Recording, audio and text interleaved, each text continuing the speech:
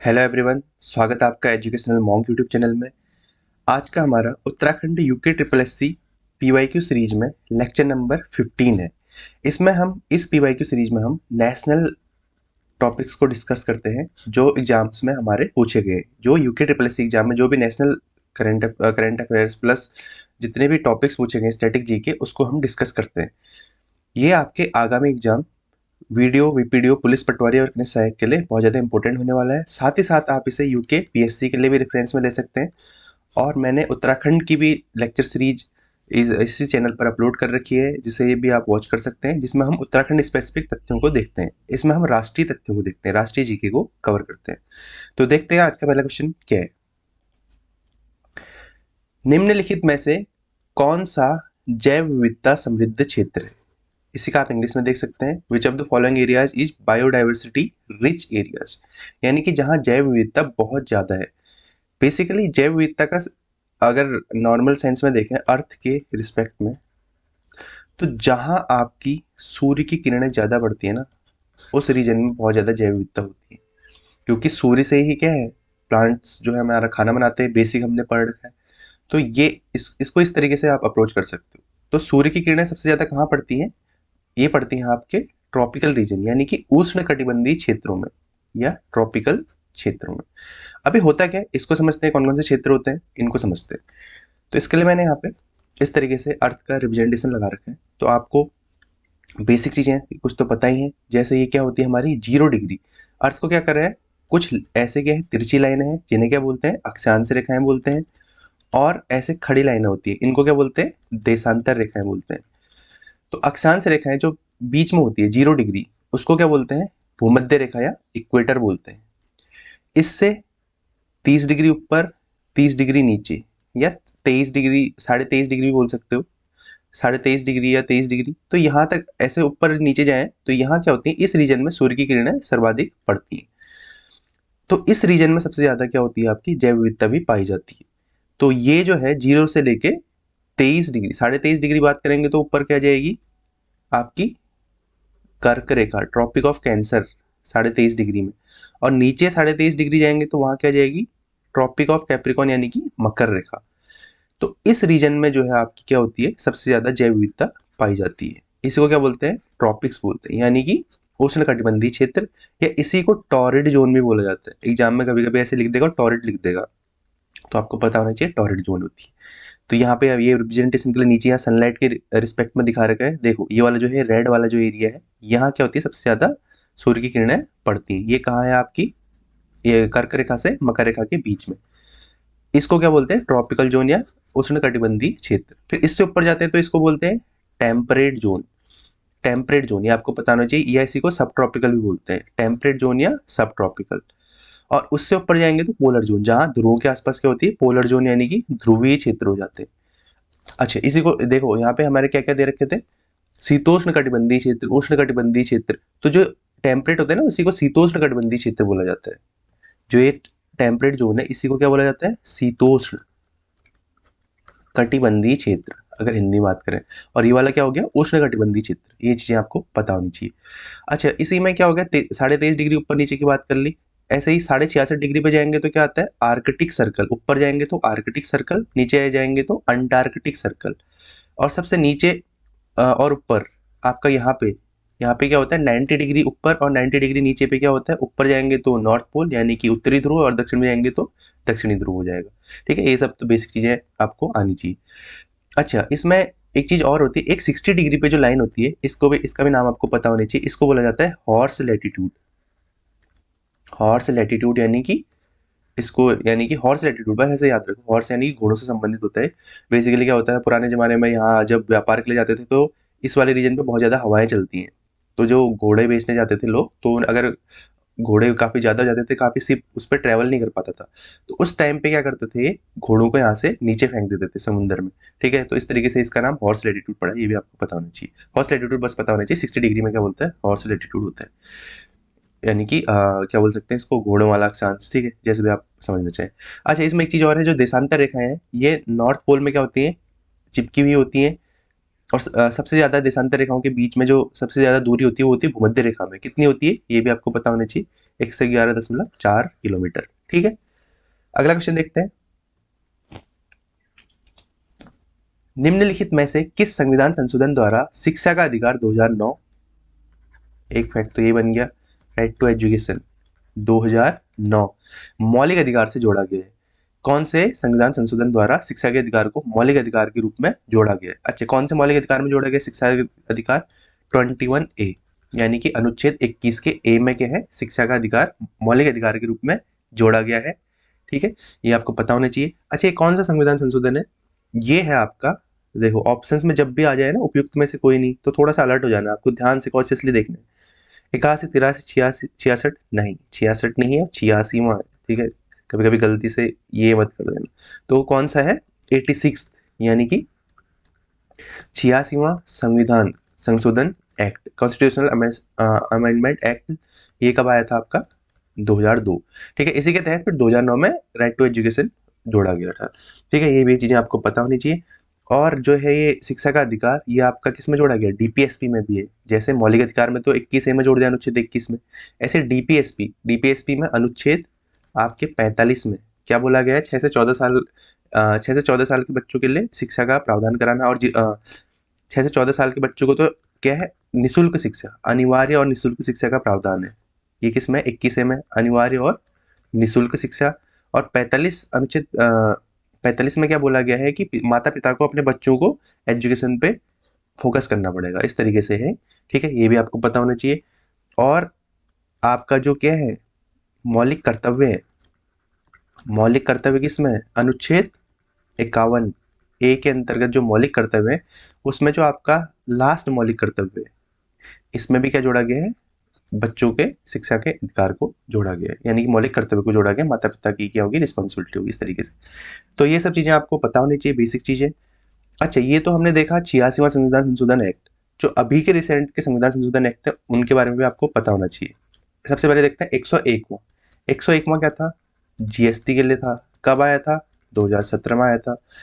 आप पॉज करके आंसर करने की कोशिश कीजिए। 102वां बताइए, 103वां, 104वां, 105वां और लेटेस्ट आया 106वां। 102वां कौन सा था? किससे था? एनसीबीसी, यानी कि national commission for backward classes के लिए, यानी कि पिछड़ा वर्ग के लिए आया था 2018 में। 103वां है आपका किसके लिए? ईडब्ल्यूएस के लिए, आर्थिक पिछड़ा वर्ग के लिए। ठीक है, यानी कि ईडब्ल्यूएस जो आया था 10% रिजर्वेशन जो मिलता है, ये आया था 2019 में। 104वां कौन सा था? 104वां था आंग्ल भारतीय समुदाय जो होता है ना, आंग्ल भारतीय समुदायों को जो सीट थी लोकसभा और आपकी क्या है नॉमिनेट करते थे लोकसभा और विधानसभा में, उसको हटा दिया गया। ये आया था 2019 में। 105वां है आपका नागरिकता से संबंधित है, ये आया था आपका 2000 ये भी 2019 में आया था नागरिकता वाला। और 106वां सबसे लेटेस्ट है, ये आया था नारी शक्ति वंदन अधिनियम, यानी कि नारी शक्ति वंदन अधिनियम, जिसमें महिलाओं को 33% आरक्षण दिया गया था। किसमें?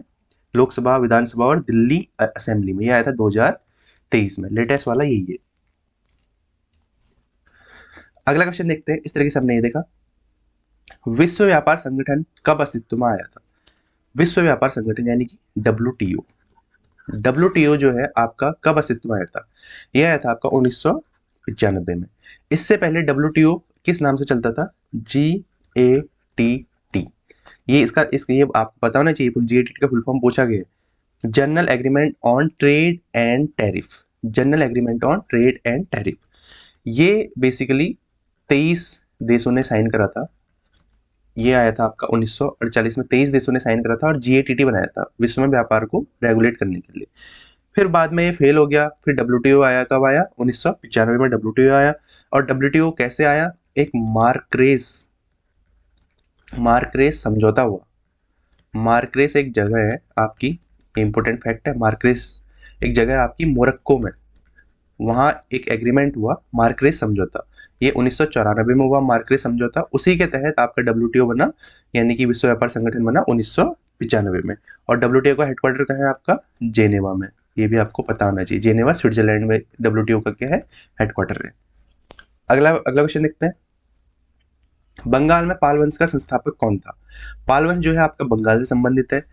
तो पाल वंश जो है आपकी इंपोर्टेंट डायनेस्टी है, जिससे कुछ फैक्ट आपको पता होने चाहिए जो यहाँ पे हम डिस्कस करेंगे। तो पाल वंश के जो संस्थापक थे पहले जो थे, उनका नाम था क्या था, गोपाल। इनमें गोपाल, धर्मपाल, देवपाल, महिपाल सारे के सारे पाल वंश से हैं। गोपाल गोपाल जो थे पाल वंश के संस्थापक थे। तो गोपाल से आपको एक फैक्ट और आप पता होना चाहिए, ये कि इन्होंने एक मठ की स्थापना करी थी। कौन सा मठ? ओदानपुरी। ओदानपुरी मठ की स्थापना करी थी। और जो ये गोपाल थे बुद्ध धर्म से संबंधित थे, बुद्धिस्ट थे, बुद्ध धर्म से संबंधित थे। अच्छा, इसके बाद आते हैं धर्मपाल। धर्मपाल के बारे में आपको दो फैक्ट याद रखने हैं।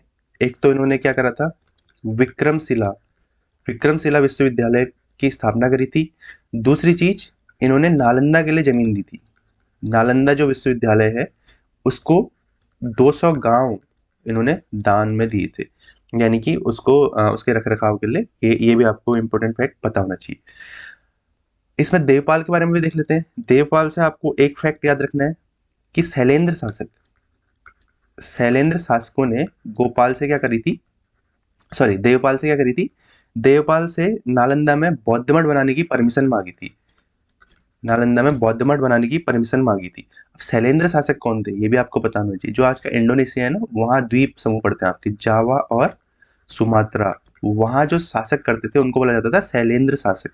तो उनने परमिशन ली थी बौद्ध मठ बनाने की, कहाँ, देवपाल से नालंदा में बौद्ध मठ बनाने की परमिशन मांगी थी। क्योंकि जो जावा सुमात्रा में है आपका बुद्धिज्म जो है प्रमोट हुआ था काफी, तो इसलिए बुद्धिज्म को फॉलो करते थे, इसलिए नालंदा में इन्होंने परमिशन मांगी थी कि आप यहाँ एक बौद्ध मठ बनाने दीजिए। अगला क्वेश्चन देखते हैं, संयुक्त राष्ट्र संघ का महासचिव कैसे नियुक्त किया जाता है? संयुक्त राष्ट्र संघ यानी कि यूएन, संयुक्त राष्ट्र की बात हो रही है। तो सेक्रेटरी जनरल कैसे नियुक्त किया जाता है? तो सेक्रेटरी जनरल नियुक्त करने के लिए आपको क्या लेना पड़ता है, जो सिक्योरिटी काउंसिल होती है यानी कि सुरक्षा परिषद, उसकी सहमति से। तो इसका ऑप्शन नंबर डी हमारा राइट आंसर हो जाएगा। सुरक्षा परिषद यानी कि सिक्योरिटी काउंसिल की सिफारिश होती है। सिक्योरिटी काउंसिल के अंतर्गत कितने आते हैं, कितने कंट्रीज आती हैं? 15 कंट्रीज आती हैं, जिसमें से 5 क्या है, परमानेंट मेंबर होते हैं और 10 क्या होते हैं, टेम्परेरी मेंबर होते हैं। इन 5 परमानेंट मेंबर्स के आपको नाम पता होने चाहिए। इसके अंदर आता है यूएसए आता है, चाइना आता है, यूके आता है यानी कि ब्रिटेन हो गया, फ्रांस हो गया और रसिया। इसी में इंडिया जाना चाहता है परमानेंट 5 में, तो चाइना क्या करता है, अपोज करता है। इनके पास क्या होती है, वीटो शक्ति होती है कि अगर कोई भी बिल आएगा, अगर ये वीटो कर देंगे तो पास नहीं होगा। इनमें से कोई भी एक कंट्री अगर वीटो कर देगी तो पास नहीं होगा। 10 क्या होते हैं, नॉन परमानेंट मेंबर होते हैं, अस्थायी सदस्य होते हैं। इनको क्या होता है, 2-2 साल के लिए चुने जाते हैं। ठीक है, ये बार बार चेंज होते रहता है। तो ये इंपॉर्टेंट चीज़ है, सुरक्षा परिषद में कौन से कंट्रीज हैं, और इसका जो महासचिव जनरल या सेक्रेटरी जनरल जो चुना जाता है वो सुरक्षा परिषद की सिफारिश पर ही चुना जाता है, इस इनके द्वारा वोटिंग की जाती है। अगला क्वेश्चन देखते हैं, रेगुर मृदा की प्रमुख उपज कौन सी है? सबसे पहले तो आपको पता होना चाहिए रेगुर मृदा क्या होती है। रेगुर मृदा और कुछ नहीं है आपकी, क्या है, काली मृदा को ही रेगुर मृदा बोलते हैं। ब्लैक सॉइल, ब्लैक सॉइल जैसे आता है तुरंत से आपको पता होना चाहिए, कपास सबसे इंपॉर्टेंट फसल होती है ब्लैक सॉइल की। अब थोड़ा सा सॉइल के बारे में देख लेते हैं, इंडिया में कौन कौन सी सॉइल है और किस तरीके से। तो ये मैंने यहाँ पे मैप लगा रखा है इंडिया का, जो आपकी मृदाओं के बारे में है। और यहाँ पे आप देखिए फॉरेस्ट सॉइल यानी कि पर्वतीय मृदा, ये पर्वतीय मृदा है। एलुवियल बोलते हैं जलोढ़ को। रेड और येलो यानी कि लाल हो गई, ब्लैक सॉइल काली मृदा, लेटराइट हो गई, और एरिड हो गई जो शुष्क होती है। शुष्क यानी कि जो आपका रेगिस्तान की मृदा होती है उसे एरिड बोला जाता है। तो इनको देखते हैं, माउंटेन सॉइल कहाँ है आपकी, जम्मू कश्मीर ये वाला उत्तराखंड वाला इलाका, ये माउंटेन सॉइल होती है, यहाँ पर्वतीय मृदा पाई जाती है। और यहीं सिक्किम में देख लो, और ये आपका अरुणाचल का कुछ भाग हो गया। फिर आते हैं जलोढ़। जलोढ़ क्या होती है, सबसे ज्यादा आपकी जो पाई जाती है वो जलोढ़ पाई जाती है। जो ये दिख रही है ना, ये क्या है, जलोढ़ मृदा है। ये यूपी आपका, हरियाणा, ये सब जो गंगा यमुना का क्षेत्र है और ब्रह्मपुत्र का, ये सब क्या है, जलोढ़ मृदा के अंतर्गत आता है। काली मृदा ये पाई जाती है आपकी इधर, ये दिख रही है, क्या है, ये काली मृदा है। और ये है आपकी लाल मृदा। लाल मृदा यहाँ पाई जाती है आपके उड़ीसा वाला हो गया, ये उड़ीसा, नीचे आंध्रा, तेलंगाना, ये सब क्या है, लाल मृदा पाई जाती है। ठीक है। और लेटराइट हो गई आपकी, ये पूर्वी क्षेत्रों में यहाँ पाई जाती है, लेटराइट हो गई, और बीच बीच में यहाँ कहीं हो गई। अच्छा, ये इनमें कौन सी मृदा कितनी पाई जाती है ये भी पता होना चाहिए। सबसे ज्यादा जलोढ़ पाई जाती है, कितना पाई जाती है, लगभग 43%, 43.4% जलोढ़ होती है। जलोढ़ में भी दो होते हैं, न्यू और ओल्ड। न्यू यानी कि नई जलोढ़ को क्या बोला जाता है, खादर, और पुरानी जलोढ़ को क्या बोला जाता है, बांगर। ये आपको पता होना चाहिए। सबसे ज्यादा जलोढ़ पाई जाती है। जलोढ़ के बाद आती है आपकी लाल। लाल मृदा जो है आपकी लगभग 18% पाई जाती है। और फिर इसके बाद आती है काली। काली मृदा आपकी लगभग 15% के आसपास पाई जाती है। फिर उसके बाद आती है लेटराइट। लेटराइट आपकी पाई जाती है लगभग 3.7% या 4% बोल सकते हैं। ये परसेंटेज भी आपको पता होना चाहिए, इनको मिलान करना भी आता है कभी कभी।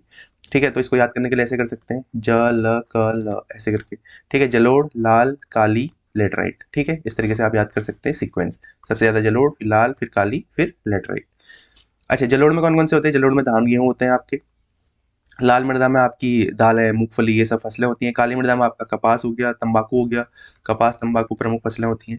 और लेटराइट में आपकी क्या होती है? काजू, काजू और चाय, ये आपके क्या है? इंपॉर्टेंट फसलें हैं। ठीक हो गया?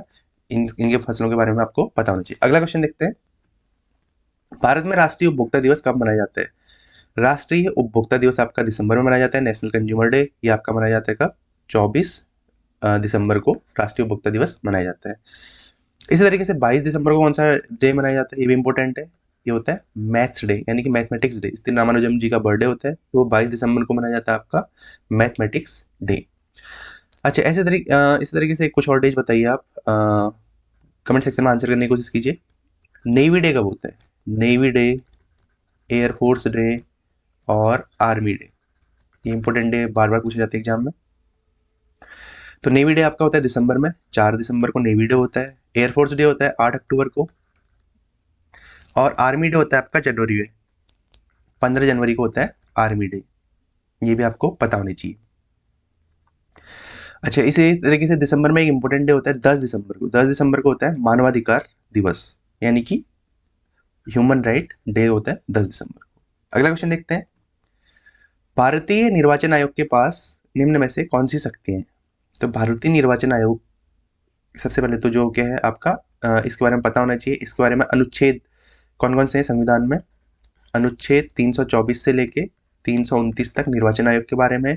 और कौन से भाग में आता है? भाग 15 के अंतर्गत आता है। सबसे इंपॉर्टेंट चीज तो आपको ये पता होनी चाहिए। इसके पास कौन कौन सी शक्तियां होती हैं?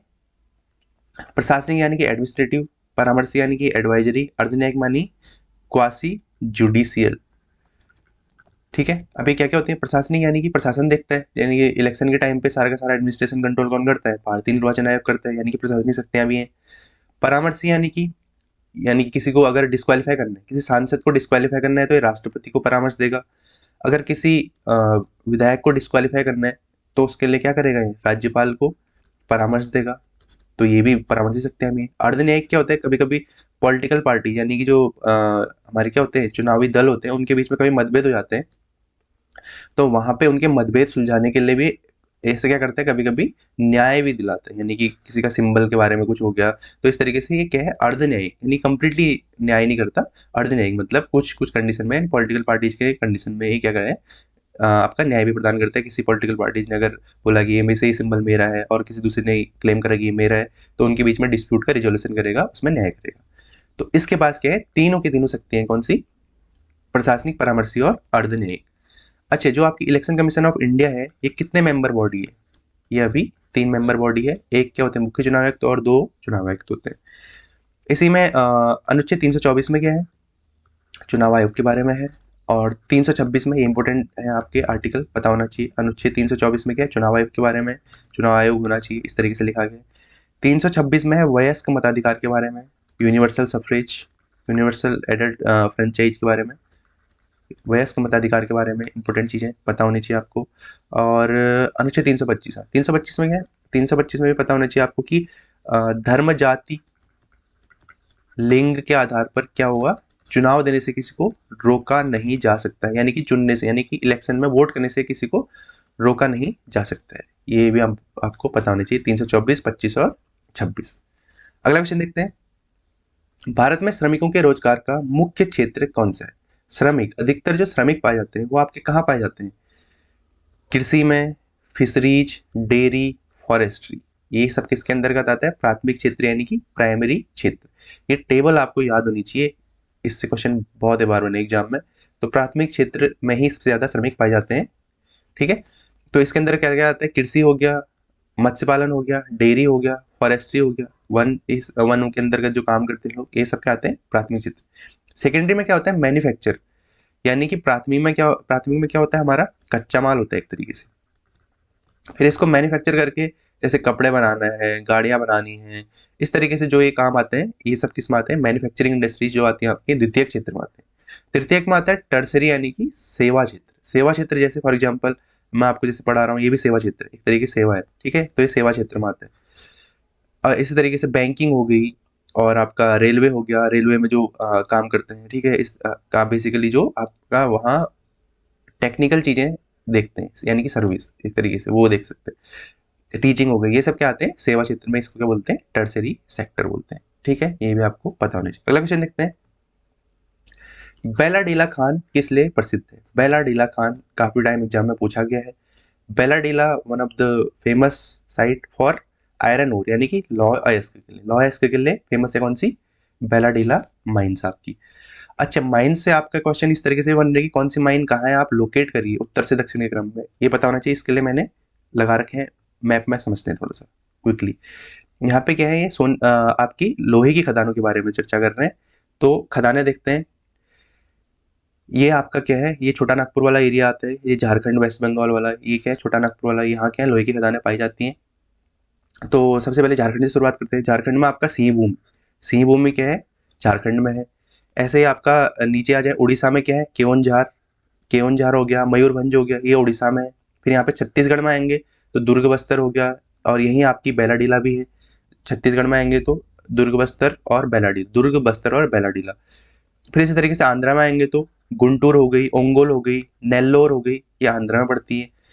ऐसे ही कर्नाटका में आएंगे तो बेल्लारी, ध्यान रखना इंपॉर्टेंट है, बेल्लारी, बेल्लारी हो गई, चिकमंगलूर हो गई, ये आपकी कर्नाटका में पड़ती है। बेल्लारी, चिकमंगलूर, चित्रदुर्ग, ये सब क्या है आपकी कर्नाटक में पड़ती है। ऐसे महाराष्ट्र में रत्नागिरी पड़ती है आपकी, रत्नागिरी महाराष्ट्र में पड़ती है, ठीक है। कभी कभी एग्जाम में ये इनको उत्तर से दक्षिण लगाना आता है, तो मैप में आपको पता होनी चाहिए। ऐसे ही केरला में पड़ती है आपकी सालेम, सालेम पड़ती है, और तिरुचिनापल्ली पड़ती है, ये कहाँ है आपकी, आपकी तमिलनाडु में, सॉरी, सालेम और तिरुचिनापल्ली आपकी तमिलनाडु में पड़ती है। ये भी खदानें आपको पता होनी चाहिए आयरन ऊर की। और ऐसे ही मध्य प्रदेश में जबलपुर, जबलपुर मध्य प्रदेश, ये भी आपको पता होना चाहिए। तो इस तरीके से हमने आयरन ओर देखे, यानी कि लौह अयस्क की खदानें देखी। इनको मैप में इस तरीके से आप थोड़ा सा एक बार दिमाग में रखेंगे तो आपको एग्जाम में हेल्प होगी। तो इस तरीके से हमने आज के क्वेश्चन करे, बाकी देखते हैं नेक्स्ट लेक्चर में।